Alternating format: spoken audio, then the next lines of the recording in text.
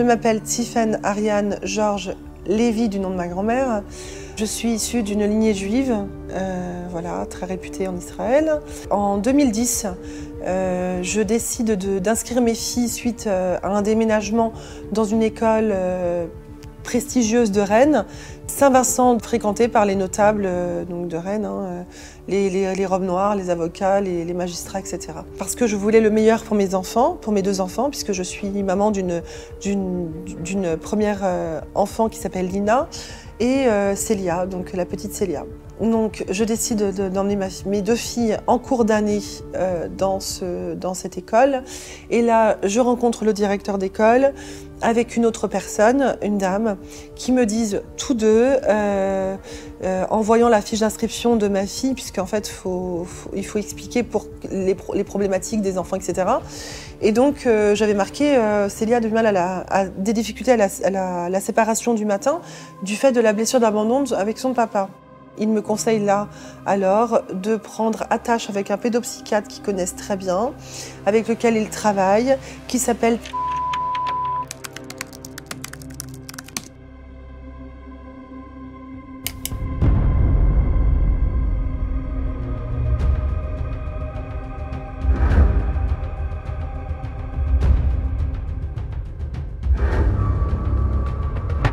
Je ne me méfie pas du tout d'un docteur, hein. Enfin, un docteur, on fait confiance. Ça, c'est le formatage qu'on a depuis toute petite, en fait, hein. Voilà, un docteur, c'est quelqu'un qui a la science, c'est quelqu'un qui protège, qui est bienveillant envers les gens, donc on ne se méfie pas. Donc je prends attache avec ce docteur, j'obtiens un rendez-vous tout de suite, enfin, voilà, dans le jour même, et j'emmène ma fille. Les premières séances se passent relativement bien, malgré que je le trouve un petit peu dur, en fait. Il est très dur, très directif. Mais le directeur de l'école Saint-Vincent m'avait dit, Madame Georges, vous fonctionnez, vous êtes une maman, vos filles n'ont que l'image maternelle, n'ont pas l'image d'un paternel, en fait, d'un homme.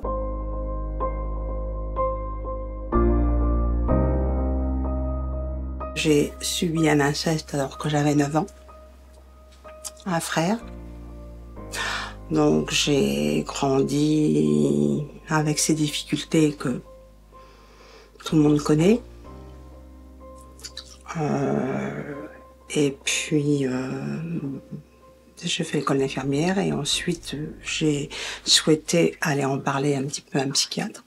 Les premières fois, il a eu un comportement normal et puis un jour j'étais allongée sur un divan. Il s'est allongé sur moi et il m'a violée. Il a téléphoné à un gynécologue à la suite de ça parce qu'il craignait une grossesse. Du fait que jamais eu de vie sexuelle avant et contrairement à ce qu'on dit, on peut se débattre. C'est impossible parce que c'est vrai qu'il y a la sidération, puis en plus quand quelqu'un s'abat sur vous, qui fait peut-être 90 kilos, votre seule préoccupation, c'est de respirer. Ça, je me souviens. Donc à la suite de ça, je me suis réfugiée ce soir-là chez une amie qui habitait à 50 mètres de ce cabinet. Donc plus tard d'ailleurs, elle a témoigné. J'ai travaillé avec elle, c'est une aide-soignante qui travaille avec moi. Maintenant elle est décédée, mais elle a porté son témoignage. Donc j'ai eu son témoignage. À la suite de ça, ce médecin m'a, disons, menacé entre guillemets, que si je parlais, il dirait par exemple que j'avais voulu écraser sa femme, alors que sa femme je la connaissais pas. Ce psychiatre qui m'a violée s'appelait, puisqu'il est décédé il y a très peu de temps, s'appelait. Et à un moment donné, il demande de voir ma fille tout seul parce qu'il stipule que les enfants ont du mal à se livrer au niveau émotionnel quand les parents sont présents à côté. Voilà, donc ils n'osent pas, les enfants. Donc moi je me dis bon, ok. Donc j'attends dans la salle d'attente parce qu'il dit qu'il n'a pas de salle d'attente, mais il a bien une salle d'attente, preuve à l'appui, photos et vidéos, hein. des témoignages. Et donc, il reçoit ma fille toute seule. Et j'étais avec Lina, donc je lui lisais une histoire avec, à ma fille, mon aînée, Lina. Et quand au moment de récupérer Célia, Célia était prostrée dans un coin de la pièce, complètement tétanisée, la boule au ventre, elle tremblait, et je vous rappelle qu'elle avait quand même 4 ans. Et elle bougeait pas. Et lui était comme si, faisait comme si de rien n'était, était à son bureau. Et donc je dis à Célia, viens, mais Célia, et il me dit, je l'ai emmenée aux toilettes,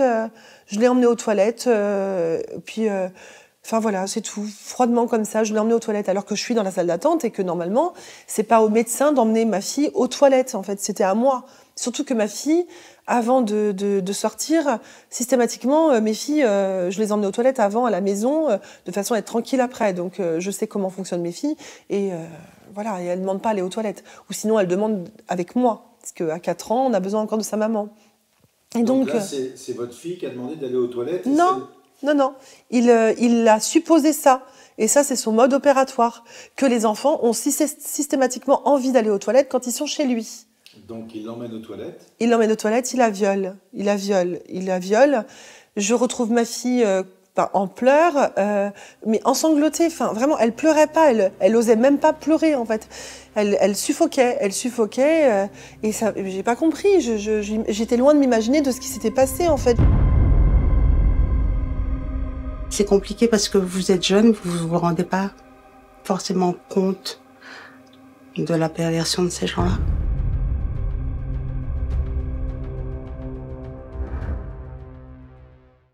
Ça m'a permis de mener ce combat jusqu'à maintenant, parce que sinon, je pense que j'aurais été stoppée par des procédures ou soit par un internement. Ah oui. Qu'est-ce qui vous a également mobilisé pour soutenir comme ça depuis plus de 30 ans? Tout simplement l'amitié que nous avons toutes les deux. Nous avons commencé à travailler, ça fait 30 ans qu'on se connaît, nous avons travaillé ensemble, et quand Annick m'a raconté ses problèmes, je lui ai dit un jour elle dit je fais ci, je dis si tu veux je t'accompagne, et puis ça a commencé comme ça et on est à aujourd'hui. Nous, dans notre ville, il y a plusieurs médecins qui ont été mis en examen depuis le début de notre combat. Et en fait, on n'a pas du tout l'impression que ça avance rapidement, et on se dit est-ce qu'ils seront condamnés un jour? Parce que quand on voit l'affaire Squarneck, c'est quand même le supposé plus grand pédocriminel de France, et en fait, on a l'impression que ça effraie personne. Et quand on a rencontré des dizaines et des dizaines de victimes au Mans, surtout particulièrement des victimes de psychiatres, qu'on les a côtoyées, qu'on connaît leurs souffrances, qu'on connaît leurs échecs dans la vie, il n'y a pas de reconnaissance, il n'y a pas de soutien, contrairement aux victimes de l'Église qui reçoivent un soutien. Mais là, il n'y a pas d'endroit de parole. Et puis, quand les victimes osent déposer plainte et qu'il y a de procédures, même en chambre disciplinaire, c'est très difficile, parce que la maltraitance en chambre disciplinaire est impensable. André, qu'est-ce qui vous a touché particulièrement dans ce dossier et dans la façon dont il a été traité? Eh bien, surtout, c'est que Annick a toujours été assez maltraitée et jamais bien cru à chaque conciliation, à chaque à chaque fois qu'elle a été obligée de se présenter devant les conseils de l'ordre. Et en fait, Célia, elle osait pas, elle regardait tétanisée, elle osait pas venir vers moi. Et donc après, je lui ai dit de venir, elle est quand même venue, mais tout en le regardant comme ça de côté, comme si qu'elle craignait, en fait, vraiment, mais elle avait peur de lui. Et puis elle pleurait, j'arrivais pas à parler, elle parlait pas, elle pouvait pas parler. Et il y avait une chaise à côté donc il y avait la chaise des adultes, en face de son bureau, et il y avait une chaise avec des livres sur la chaise. Et moi, je me suis toujours dit que, en fait, c'était pour remettre peut-être les enfants à son niveau, au niveau des yeux. C'est ce que font souvent les thérapeutes, hein. Enfin, même moi, je suis thérapeute de métier et parfois on met, en fait, pour pas justement qu'il y ait un décalage au niveau et qu'on respecte en fait l'individu en tant que tel, puisqu'un enfant, il faut le respecter en tant que tel. Donc du coup, on le met au même niveau que nous. C'est souvent aussi pour ça qu'on se baisse et qu'on se met à la hauteur des yeux de l'enfant, à sa hauteur, comme on dit, parce qu'on n'est pas plus... voilà, on se met à la hauteur des gens. Voilà, c'est comme ça, c'est une façon de communiquer. Et donc, je me suis pas posé la question sur les livres, en fait. Donc, et Célia, par contre, toute petite comme elle était, ne pouvait pas grimper sur les livres. Elle n'avait pas la possibilité, c'était trop haut pour elle. Donc je fais le geste de la prendre, de vouloir la mettre sur les livres. Et là, en fait, le pédopsychiatre pédocriminel se lève et dit non. Mais même moi, j'étais choquée en tant que maman. Il me dit non. Et il fait, moi je fais 1m83, il fait 1m90. Il est très très grand. Et donc, il se lève d'un coup et il dit non. Non, et il tape sur son bureau, mais d'un non comme ça. Et en fait, moi, j'ai pas compris, ça s'est passé tellement vite, j'ai pas compris, j'étais choquée. Il prend ma fille, et moi, je pensais qu'il allait l'asseoir sur les livres, en fait. Non, il y avait une cheminée qui était là, avec des jouets d'enfants. Il prend ma fille, il la balance contre la cheminée. Je m'appelle Sandra Piouet-Ruot. Hein, c'est important. Moi, j'ai rencontré Ariane lors d'une thérapie. Donc, tout simplement, moi, j'avais besoin d'une thérapie parce que j'arrivais pas à remonter le décès de ma grand-mère, qui était tout pour moi. Hein, c'était mon pilier, celle qui m'a quand même élevée en parallèle donc de mes parents dès ma naissance. Donc, c'était quelqu'un qui était important. Et à son décès, bon, j'avais quand même déjà mes 2 enfants, j'étais mariée, mais c'est comme si mon pilier était parti. Donc je suis tombée sur elle, j'ai téléphoné et donc on a pris rendez-vous et c'est comme ça qu'on a commencé une thérapie. Et ça a duré pendant 3 ans. Qu'est-ce qui vous choque le plus? C'est que le fait qu'un médecin s'en prenne à son patient ou le fait de la réaction du Conseil de l'ordre qui protège le médecin? Le plus, c'est que le médecin s'en prenne à un patient, c'est très choquant, mais la réaction des conseils de l'ordre qui cherchent à pénaliser, à maltraiter la victime, c'est encore plus choquant. C'est insupportable.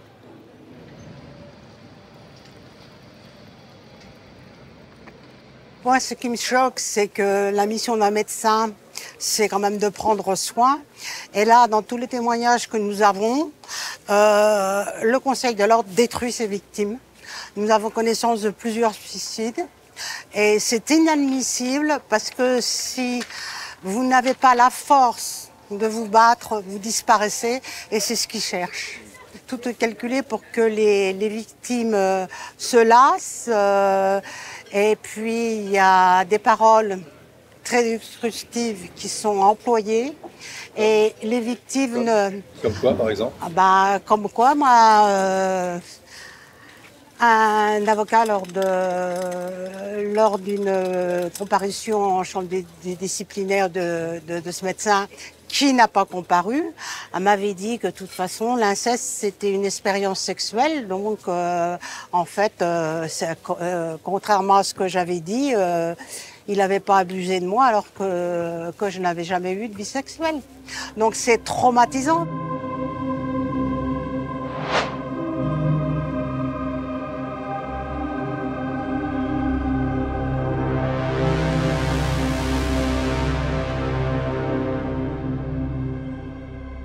J'étais complètement choquée, perdue, je comprenais pas ce qui se passait. Et du coup, et Célia qui éclate en pleurs. Et lui, il me dit, elle a besoin d'autorité, cette petite-là. Et donc, du coup, en fait, je lui fais le chèque, je suis choquée, je veux juste partir, je suis choquée, en fait, j'ai ma fille qui hurle à côté de moi, mon autre fille qui me prend la jambe, je suis choquée, enfin, je comprends pas ce qui se passe. Et je veux juste sortir de cet endroit, mais je veux plus revenir, quoi. Et du coup, d'ailleurs, c'est ce que je dis à Célia, donc je prends ma fille dans les bras, je prends mon autre fille dans les bras, j'avais mes 2 filles, qui étaient lourdes, pourtant, je les prends dans mes bras, je descends, je pose Lina, je prends la poussette, je descends les grandes marches donc je passe la salle d'attente, je passe, et en arrivant en bas, je pose mes filles et je m'effondre en fait. Enfin, je m'effondre, je comprends pas ce qui se passe, je m'effondre. Et du coup, je suis désolée. En fait, je prends ma fille, et je la mets dans la poussette, Célia, elle hurle, elle continue de hurler. On prend le bus, on rentre à la maison. Je promets à Céliane, je ne te ramènerai pas chez lui, jamais quoi. Et Célia me dit, j'ai envie de faire pipi, et j'arrive chez moi. Donc j'arrive chez moi, il y a tout le long du bus, les gens dans le bus me regardent, mais avec mépris, parce que ma fille n'arrête pas d'hurler. Mais moi, je suis incapable de la calmer. Célia, avant son viol, elle n'a jamais... elle était calme, c'était un bébé qu'on n'entendait pas, en fait. Elle était très calme, très calme. Et donc du coup... Et là, j'arrive, Célia veut aller aux toilettes, j'appelle ma maman, parce que ma maman était infirmière, donc elle a l'habitude de ça. Puis ma maman, c'était mon pilier. Mes parents, c'était mes piliers. Nous, on est une famille, on est une famille de juifs, donc on est très soudés en fait. La famille, c'est un pilier chez nous. C'est l'amour inconditionnel, c'est la bienveillance, c'est la protection. Quand on a besoin de quelque chose, il y a toujours mes parents qui sont là. Moi, je suis là pour mes parents. On est très soudés en fait. C'est une famille, une vraie famille. Et donc du coup j'appelle ma maman, je lui explique les choses, elle me dit j'arrive et là j'avais le téléphone, je mets Célia sur les toilettes et en mettant Célia sur les toilettes j'enlève son bas et je découvre sa culotte pleine de sang.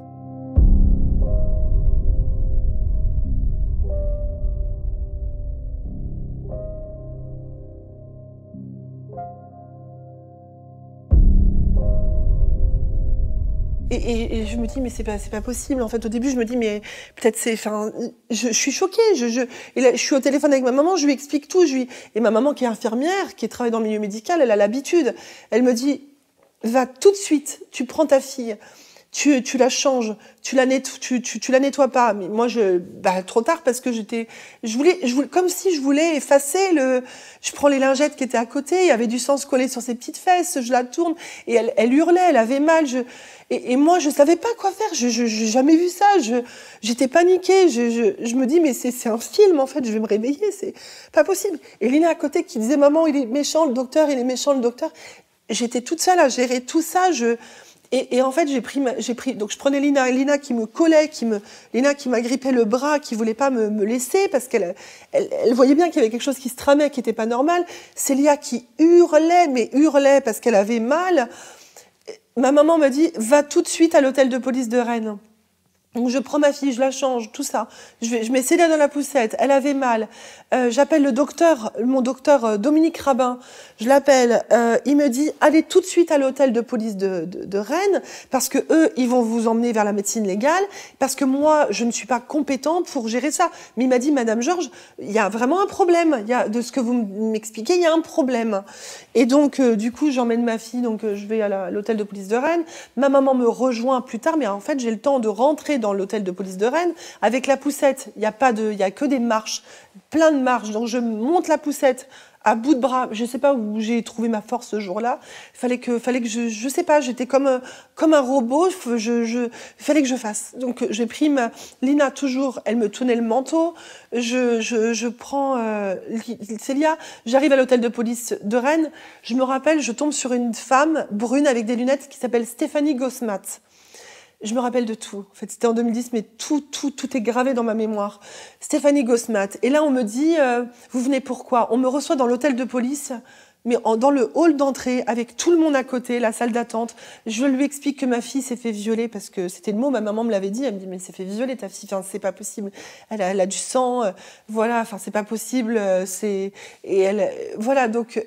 Je dis les choses, je dis les faits. Et là, on me regarde, on me dit, mais Madame Georges, c'est une petite fille, la parole d'un enfant contre celle d'un adulte, d'un docteur en plus. Et puis en plus, il est bientôt en retraite. Mais elle est très en mèche avec le Tarago André. Donc, à l'hôtel de police, donc je sors, mais je comprends pas. J'appelle ma maman. Ma maman, quand je l'appelle, elle arrive en même temps. Elle me dit, mais qu'est-ce que tu fais là en fait? Enfin, mais je t'ai dit d'aller à l'hôtel de police. Je dis, mais j'en viens, ils m'ont dit qu'ils prenaient pas ma plainte, ils m'ont renvoyé bouler. Elle me dit, mais c'est pas possible. Donc elle monte ma maman et là, elle pareil, elle se fait renvoyer bouler.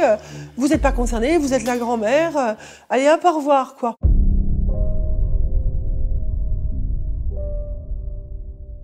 Je suis allée voir un nouveau psychiatre qui venait de s'installer dans le Vieux-Mans. Donc, quand je suis arrivée, il a eu une certaine compassion. Je lui ai expliqué. J'ai pris ça pour la compassion. Et puis, la deuxième fois, il m'a demandé de m'allonger sur le fameux canapé. Donc là, tout de suite, ça a fait tilt et j'ai pas voulu. Et donc, je suis partie. Non, il faut dire que ce psychiatre a été mis en examen après de longues années de signalement. Il a été mis en examen en janvier 2018 pour agression sexuelle, viol, un passé depuis 76, quoi.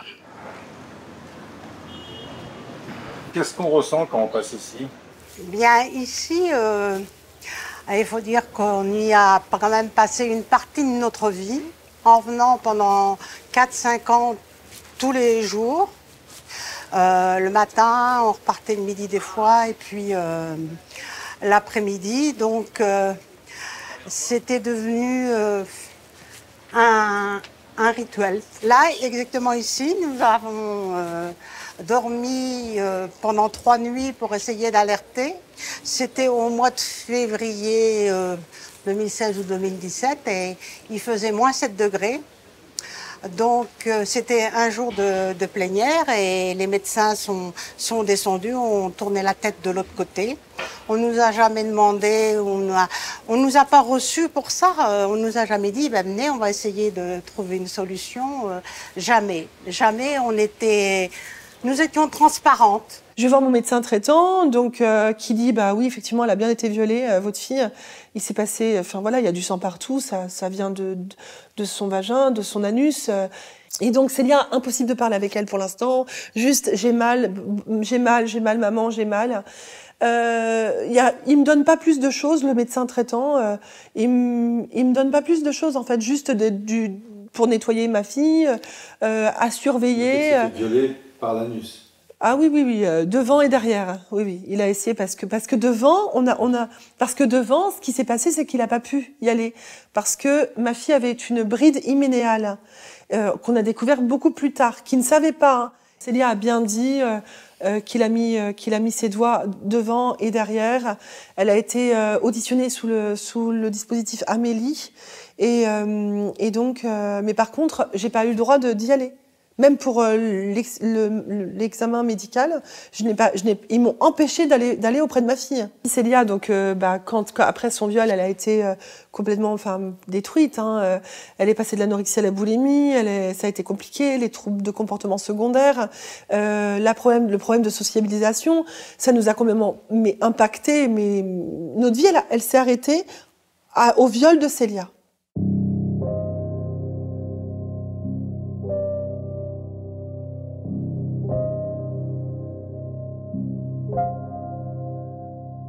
Si vous aviez un conseil à donner à toutes les victimes qui n'osent pas porter plainte, ça serait quoi? Pour justement réussir à avoir ce déclic, pour dire non, il faut... Le seul moyen, c'est de faire du collectif. Ne pas être isolé parce que avec l'ordre, il est impossible qu'une victime isolée puisse combattre toute seule, parce qu'à chaque fois, ils essayent de nous faire comprendre qu'on est dérangé. Donc ça, c'est classique, vous êtes folle. Oui, on est folle, oui.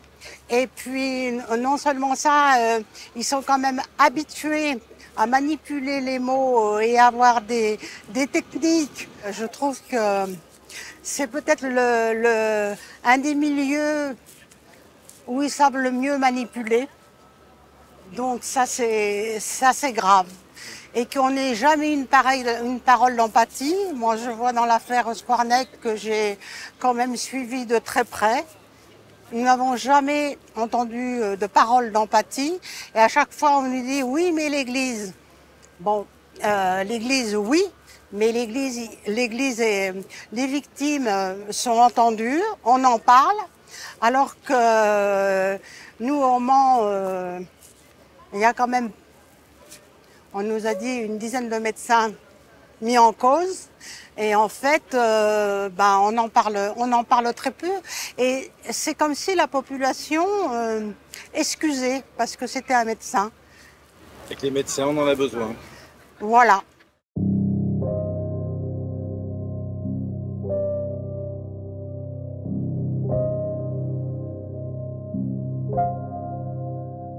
Et le 14 décembre 2020, la veille de l'anniversaire de mon père, parce qu'ils utilisent toujours un événement heureux, répétitif, pour créer un souvenir traumatique à vie.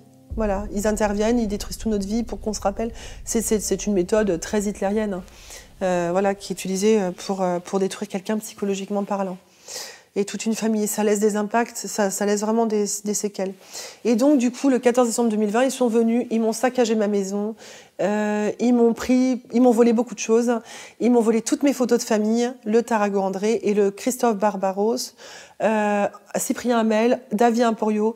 Ils sont venus à 9h du matin faire une perquisition chez moi, que des hommes, alors qu'on est des femmes, enfin on était des femmes, et ils sont venus, ils ont tout pillé, ils ont piétiné la Torah, écrasé les décorations de Noël qu'on venait juste fraîchement de faire. Ils m'ont volé, ils ont cassé le télescope de ma fille, la platine vinyle. Ils sont fait venir 2 chiens, sauf que c'est pas marqué dans leurs procès-verbaux. Ils ont rempli leur voiture de toutes mes affaires. Et c'était quoi le mandat de cette perquisition? Blanchiment d'argent. 14 décembre 2020, j'avais rendez-vous à 14h. Et moi, ce jour-là, je ne sais pas pourquoi, je m'étais trompée dans mes horaires. Donc j'avais été le matin, en fin de matinée. Et quand je suis arrivée pour mon rendez-vous, là, j'ai vu qu'il y avait des tonnes de voitures de gendarmerie, parce qu'il y avait une place, un parking, donc des voitures de gendarmerie partout, des gendarmes qui étaient à l'extérieur, à l'intérieur. Il y avait des affaires qui étaient sorties de son garage. Enfin, ils étaient chargés d'affaires dans les bras et tout ça. Bon, j'ai filé tranquillement. Je me suis arrêtée un petit peu plus loin, de façon à être passée incognito. Et je me suis dit, bon, il se passe quelque chose, ça n'a pas l'air d'être très très clair. Et là, vous avez filmé, quoi. Et là, j'ai filmé et là, je me suis dit, je verrai bien. Donc, je suis revenue à 14h. Me disant je verrai bien ce qui se passera, et là je suis arrivée à 14h, je me suis garée, il n'y avait plus personne. C'était devenu calme, la rue était calme, comme si de rien ne s'était passé. Je me suis garée et je me souviens de ce jour-là parce que elle avait décoré sa porte d'entrée pour Noël, et il y avait un pain, un tout petit pain qui était tombé, donc je l'ai ramassé, j'ai sonné, et là je suis tombée sur un homme que j'ignorais, donc j'ai appris après que c'était son papa, avec ses 2 filles derrière qui paraissaient totalement déjà apeurées parce que j'avais sonné, et moi je sonnais pour mon rendez-vous, donc j'ai vu deux jeunes filles totalement apeurées.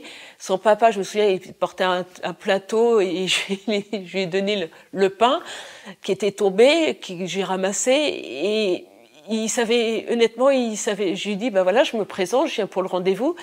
Il était perdu, il était paniqué aussi, et il m'a dit, écoutez, Ariane, elle n'est pas là, est-ce que vous pouvez repasser, elle vous retéléphonera? Je lui ai dit oui, pas de problème. J'avais compris que là, il y avait quelque chose qui clochait, mais vraiment qui clochait grave. Je suis rentrée chez moi et j'ai attendu, tout simplement.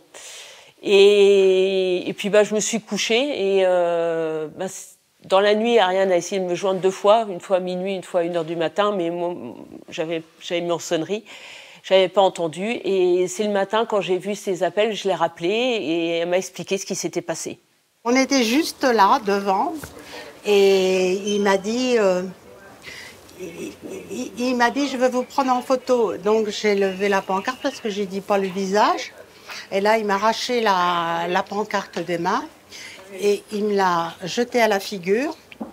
Donc, et il hurlait sur le trottoir alors qu'il était entre midi et 12h30. Il hurlait quoi? Eh ben, elles sont folles, elles sont folles.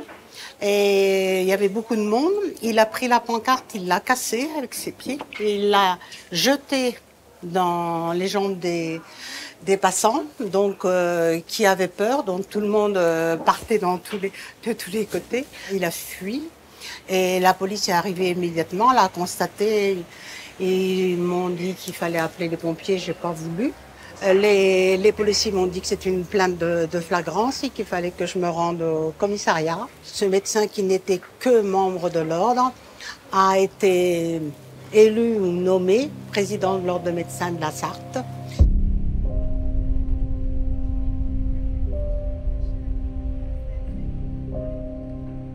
Je suis une maman, enfin je suis pas une criminelle, je suis une maman. Ils prennent pas ma plainte, ils la classent ensuite, ils l'étouffent, mais par contre ils vont m'accabler moi pour me faire taire.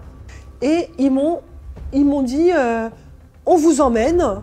Mais j'ai pas compris moi. Ils m'ont dit on vous emmène parce que votre fille elle est déclarée en fugue et faut lever la fugue.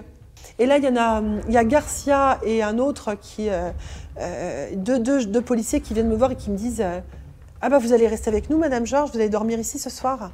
Et puis vite parce que nous on a une réunion avec les francs-maçons tout à l'heure. Vous ont dit ça? Oui. Et ils m'ont humiliée, ils m'ont dit mais je dis mais pourquoi je vais rester dormir là en fait? Ils me disaient bah parce que y a un mandat d'arrêt sur vous. Je dis mais comment ça il y a un mandat d'arrêt sur moi en fait? Mais c'est quoi ça? Moi, j'étais au téléphone avec elle quand ils sont arrivés, donc je confirme les motifs. Motifs que vous nous suivez, on régularise la fugue de votre fille et puis on vous relâche. Ça devait durer 5 minutes. Sauf qu'elle n'est pas ressortie. Je leur ai dit, montrez-moi les documents. Ils m'ont dit, ça vous regarde pas, vous aurez le temps de les voir après. Il n'y avait pas de documents, ils m'ont kidnappé. Ils m'ont kidnappé, prétextant une soi-disant fugue de ma fille. Donc elle a fugué, on est inquiet, on vous attire dans ce guet-apens en fait. Voilà, c'est un guet-apens. Et le lendemain, elle me téléphone. Elle a eu droit à 20 minutes d'appel, elle me téléphone, elle me dit voilà, ils m'emmènent en prison, je vais aller à Nîmes. Et là, et moi, 20 minutes, mais je comprends pas là. Là, ça s'écroule quoi. S'il y avait une chose à faire que vous n'avez pas faite, ça serait quoi, Annick? J'ai quand même fait les grèves de la faim, grève de la soif, une action dangereuse. Nous avons dormi 3 nuits par -7 degrés devant le Conseil de l'Ordre. Un jour de plénière où 14 médecins sont descendus et ont tourné la tête de l'autre côté. On nous a jamais demandé, lors de ma grève de la faim, si j'allais bien ou si j'allais mal. Seul le parquet est venu prendre des nouvelles. Combien de jours? J'en ai fait plusieurs. Celle-là, j'ai fait 38 jours devant le Conseil de l'Ordre.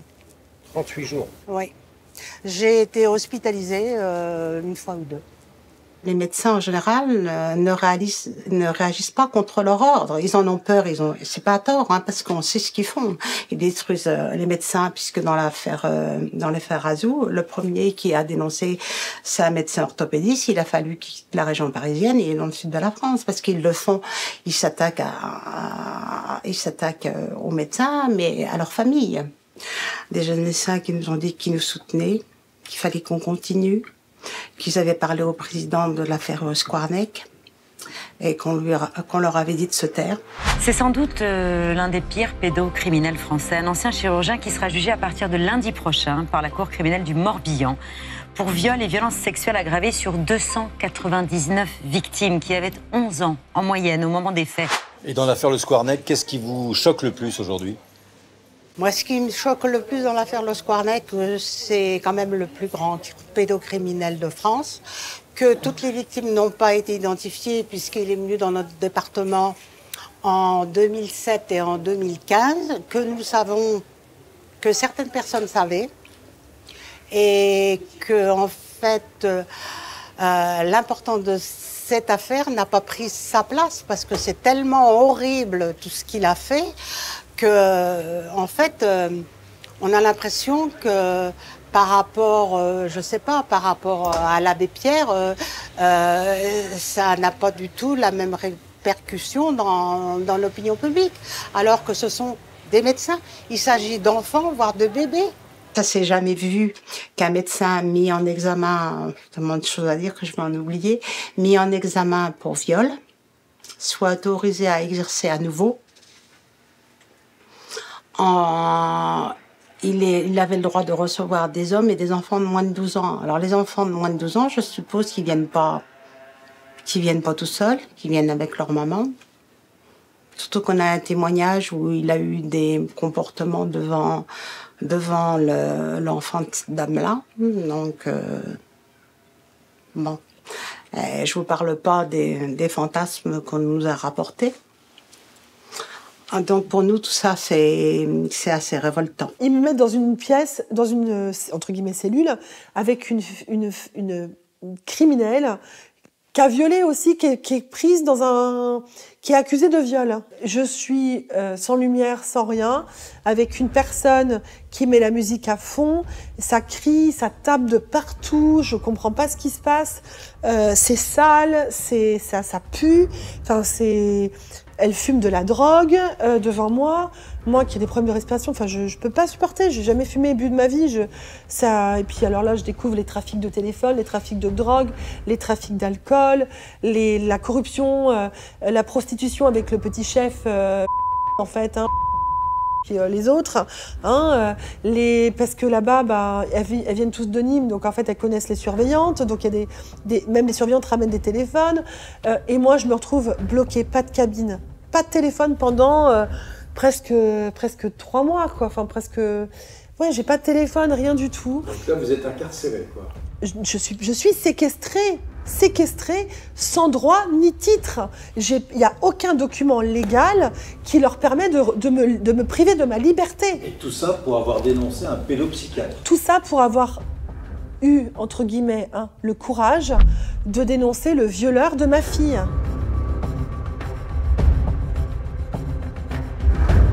Je suis pas une criminelle, j'ai tué personne, j'ai tapé personne, j'ai frappé personne, j'ai juste parlé et dit la vérité et on m'enferme.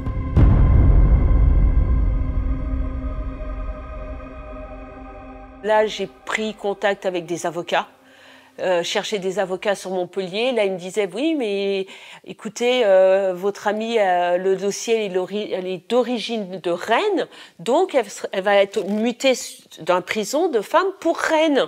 Donc là, j'ai commencé à envoyer des mails, à des journalistes, j'ai commencé à envoyer des mails à l'Élysée, partout. J'en ai envoyé partout pour dénoncer cette situation en disant je n'ai pas de mandat d'arrêt, il n'y a pas de jugement, j'ai rien, il n'y a aucun document et surtout, moi, je n'avais plus Madame Georges depuis ces 20 minutes. J'ai été frappée, ils ont ouvert la porte de la cellule, entre guillemets, ils sont rentrés à 7, ils m'ont frappé, mais à mort.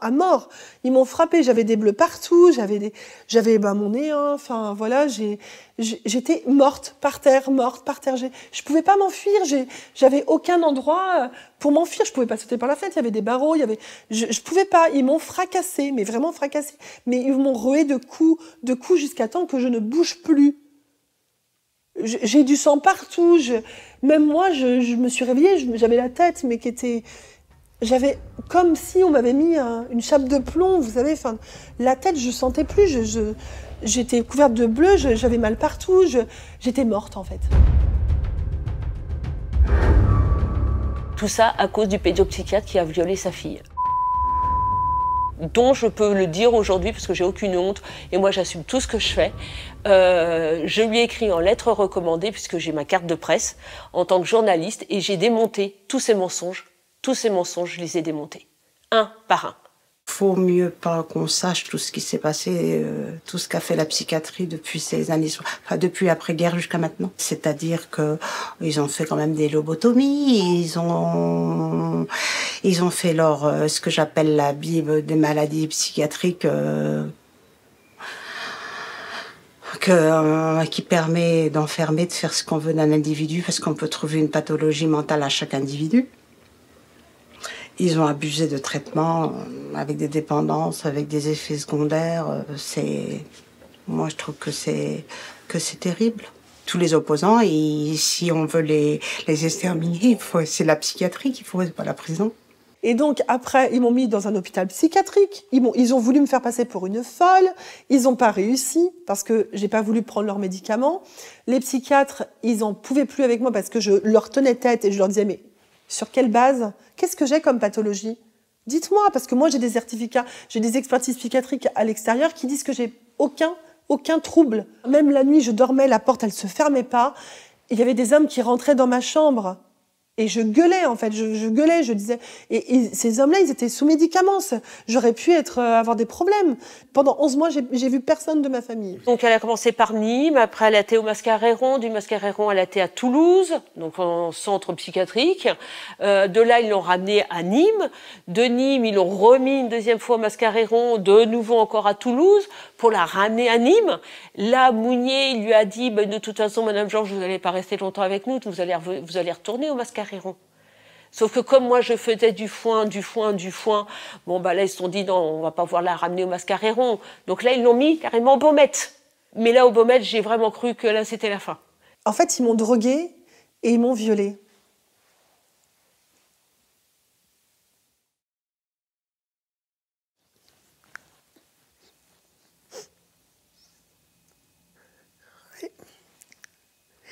J'ai pas envie d'en parler en fait.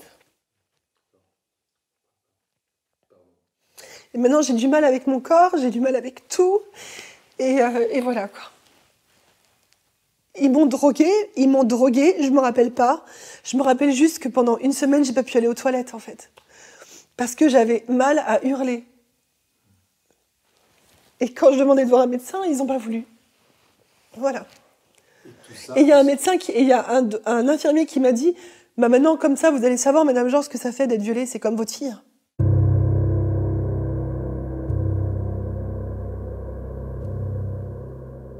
Il m'a dit, si vous êtes là, Madame Georges, c'est parce que vous ouvrez trop votre bouche. C'est un infirmier que vous êtes... Oui.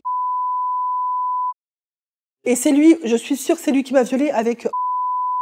comment il s'appelait? Quand on regarde un petit peu de plus près ce qui concerne les délits sexuels de ces personnes déviantes dans le milieu médical, on s'aperçoit qu'à chaque fois, les victimes ont été traumatisées quand elles ont porté plainte. Parce qu'ils ont des pratiques qui sont bien rodées pour faire taire les victimes. Moi, j'ai mis ma vie en parenthèse et je me suis occupée 24 heures sur 24 de son dossier, jour et nuit. Jusqu'un jour où, comme je faisais beaucoup de raffus, j'écrivais quand même beaucoup, je dénonçais, je disais que de toute façon on voulait la tuer, ce qui était le vrai, on voulait la tuer en prison. Je savais qu'à l'extérieur il y avait des gens qui m'aimaient, je suis croyante, je crois en Dieu, donc je priais toute seule parce que j'avais pas le droit au culte, et je pouvais pas abandonner parce que j'avais mes enfants. J'ai mes enfants, elles ont que moi. On écrit à des ministères. Moi, j'ai écrit, j'ai téléphoné. J'ai quand même récupéré l'adresse mail personnelle d'Elisabeth Borne, d'Attal, de Barnier. J'ai pris contact avec l'Élysée. J'ai fait tous les journalistes, je balançais. Je me suis pas gênée, j'écrivais directement à la prison, j'ai écrit à la prison, directement des mails, tous les jours, j'envoyais. Et là, c'est là quand même qu'ils m'ont dit, j'ai demandé, comme je gueulais au téléphone, ils m'ont passé une secrétaire qui m'a dit, bon écoutez, je vais chercher, je vais prendre le temps, on va la retrouver, si vous me dites qu'elle est là, elle est là. Elle a passé plus d'1 quart d'heure, j'ai mis en attente pendant plus d'1 quart d'heure, et finalement elle l'a retrouvée. Elle m'a dit, je l'ai retrouvée, je vous passe le service avec la responsable qui doit gérer Madame Georges. Et là, elle me l'a passé, elle m'a dit, oui, Madame Georges, elle est bien chez nous, vous inquiétez pas, tout va bien, elle m'a raccroché au nez. Mais croyez-moi, si j'avais pas le bagage que j'ai, les études que j'ai, si j'avais pas eu des parents formidables, ma maman, mon papa, qui ont toujours été droits, si j'avais pas eu cet ancrage-là, mais je serais devenue folle aujourd'hui, folle. Moi, je devais mourir, je devais pas vivre, ils m'ont séquestrée pour me tuer. Mais tout ce qu'ils m'ont fait, en fait, je suis encore là aujourd'hui et je vous assure, je vous regarde tous dans les yeux, je vais me battre et je vais jamais rien lâcher. et je les aurai. Ça prendra le temps que ça prendra, mais je vais jamais abandonner. Mon père, il m'a toujours appris, il m'a dit, ma fille, reste droite et digne. Et quand quelqu'un essaye de te taper, tu restes toujours debout. C'est ce que j'ai fait. Moi, je me suis jurée de mener ce combat jusqu'au bout parce qu'un jour, il y a une maman qui est venue nous voir. Elle pleurait et elle nous a dit, ma fille s'est suicidée après le viol d'un psychiatre. Elle n'a pas pu nous parler. Mais ce jour-là, j'ai dit, ça n'a pas de problème, j'irai jusqu'au bout. D'une fiche pénale synthétique qui vient de Toulouse, avec le tampon officiel de Toulouse. Hein. Donc tout ce qu'il y a plus d'officiel, parce que ça, on ne peut pas le sortir, nous, en tant que particulier, ni les avocats. C'est vraiment le greffe de Toulouse qui peut le faire. Hein, avec sa date de sortie du 29 juin 2023. Ce que m'avait confirmé l'avocate, hein, je l'ai ce document-là entre les mains.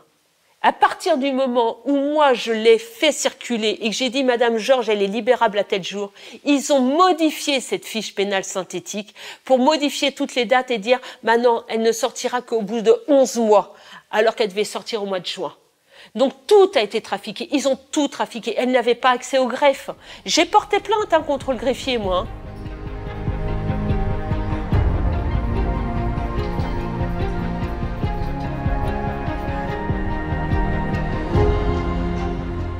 Aujourd'hui, dans votre vie de tous les jours, qu'est-ce qui vous révolte le plus encore par rapport à cette histoire? Moi, ce qui me révolte le plus, c'est que, en fait, beaucoup de gens ont quand même conscience de ce qui se passe et on dirait qu'ils sont anesthésiés. Ça nous éloigne de plus en plus les uns des autres, alors qu'on devrait tous être unis parce que c'est quand même un problème de société. Enfin, les responsables, ce sont bien sûr les gens qui nous gouvernent, mais en dehors de ça, on est quand même quelques millions de Français, et que si on était tous unis contre cette force-là, il n'aurait aucune action, c'est tout. Et si nous étions tous unis, eh bien, je pense que le monde serait différent et nous ne serions pas là. Ils devraient être liés par l'intérêt commun, mais ils sont liés par leurs intérêts et par le système de protection des uns aux autres. Et derrière ce violeur, c'est un réseau de pédocriminels, hein, avec des juges qui sont corrompus, des procureurs qui sont corrompus. Mais moi, j'étais effarée de tout ce que j'ai découvert.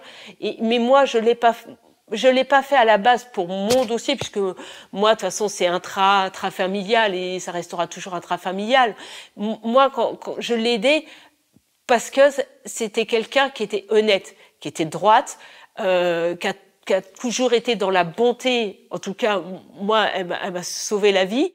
Donc en fait, ils ont voulu complètement la décrédibiliser, lui retirer ses compétences voilà. en matière d'hypnose, justement pour la tuer socialement. Pour la tuer socialement. Donc moi, j'ai bien insisté que c'était une très bonne thérapeute, puisque c'est quand même grâce à elle que moi, j'ai découvert tout mon passé.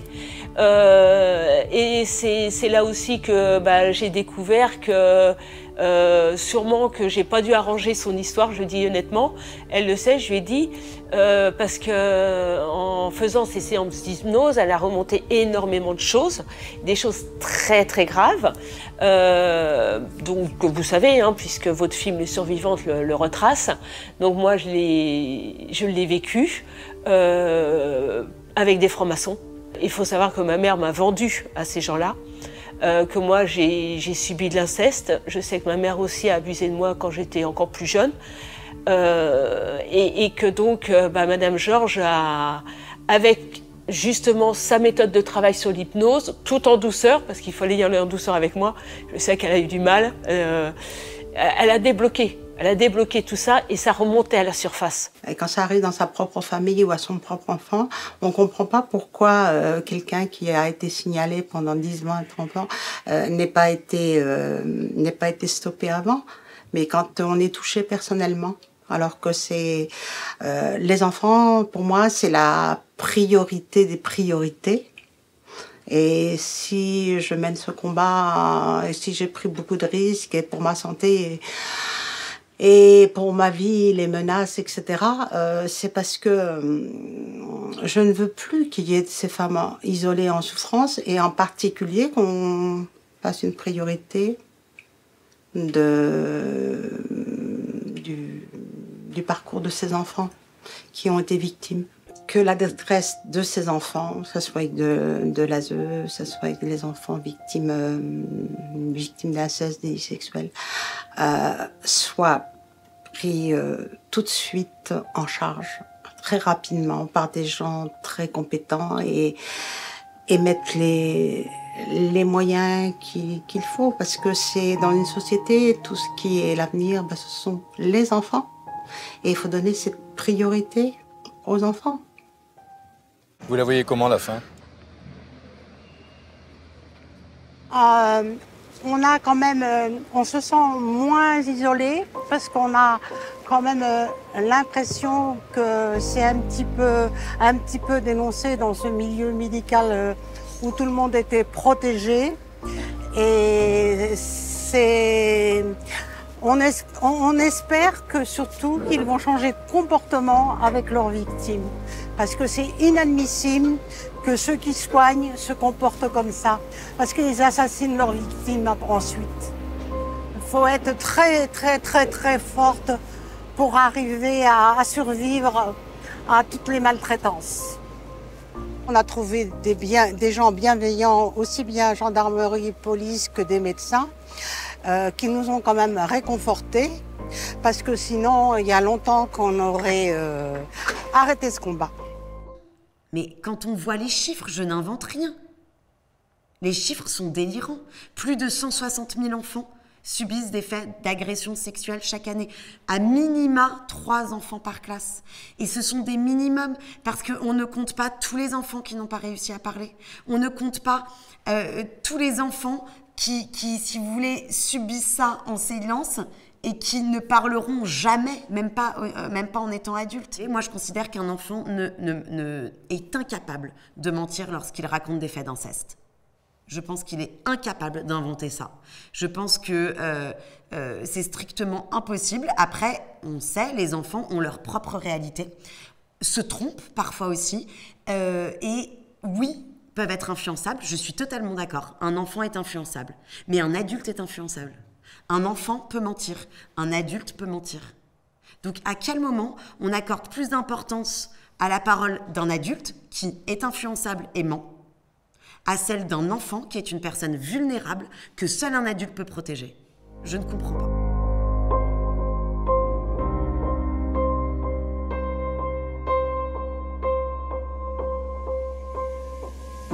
Vous disposez d'un mobilier adapté pour enfants? La configuration de mon cabinet est particulière. Je n'ai pas de salle d'attente. Avez-vous le souvenir d'avoir essuyé Célia? Du tout, mais à 4 ans, je ne sais pas. Mais que faites-vous si un enfant de 4 ans vous dit qu'il est capable de s'essuyer tout seul? Je ne sais pas, je pense à une petite fille que j'ai actuellement qui a 3 ans et que j'ai essuyée la semaine dernière. Mais dans tous les cas, quand les mères sont là, elles y vont. C'est tout ce que je peux dire. L'accès aux toilettes par le couloir est facile? Non, il faut pénétrer dans mon cabinet pour aller aux toilettes. Je n'ai pas de toilette extérieure. Avez-vous eu recours à un confrère dans le cas de Célia Georges? Oui, j'ai reçu en novembre 2016 le coup de fil d'un confrère qui est le docteur qui m'appelle pour me dire que j'étais accusé d'agression sexuelle ou je ne sais quoi, enfin qu'un enfant, voilà. J'ai éclaté de rire et j'ai échangé avec lui. Il me proposait son aide. Et j'ai fondu en larmes dans le même si j'aurais pleuré toute ma vie. Il t'a frappé dans les toilettes? Parce que je pleurais et je t'appelais et tu me répondais pas parce que je pense que tu m'entendais pas. Et donc ce mec il me disait tais-toi une ou 2-3 fois. Et vu que me tenait pas et j'étais en pleurs, et il me frappait.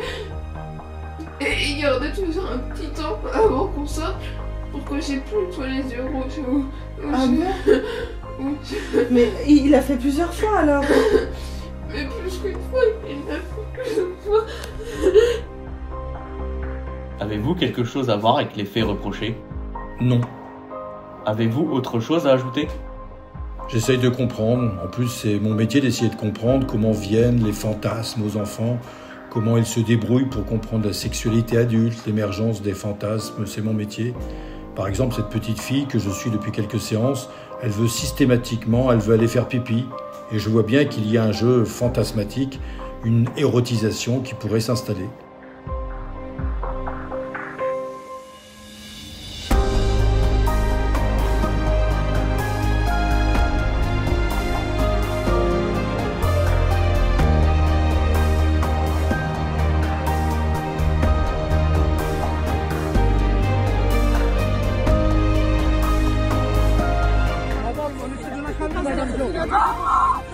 Je te pardonne pas, t'inquiète pas, Célia.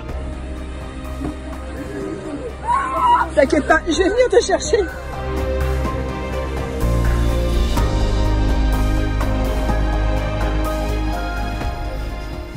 Vous êtes le violeur de ma fille. Vous avez violé ma fille à l'âge de 4 ans. Vous êtes qui? Madame Georges. D'accord, je suis en consultation. Allez-y, monsieur, vous avez une salle d'attente? Non. Vous avez dit affirmer aux gendarmes que vous n'avez pas de salle d'attente.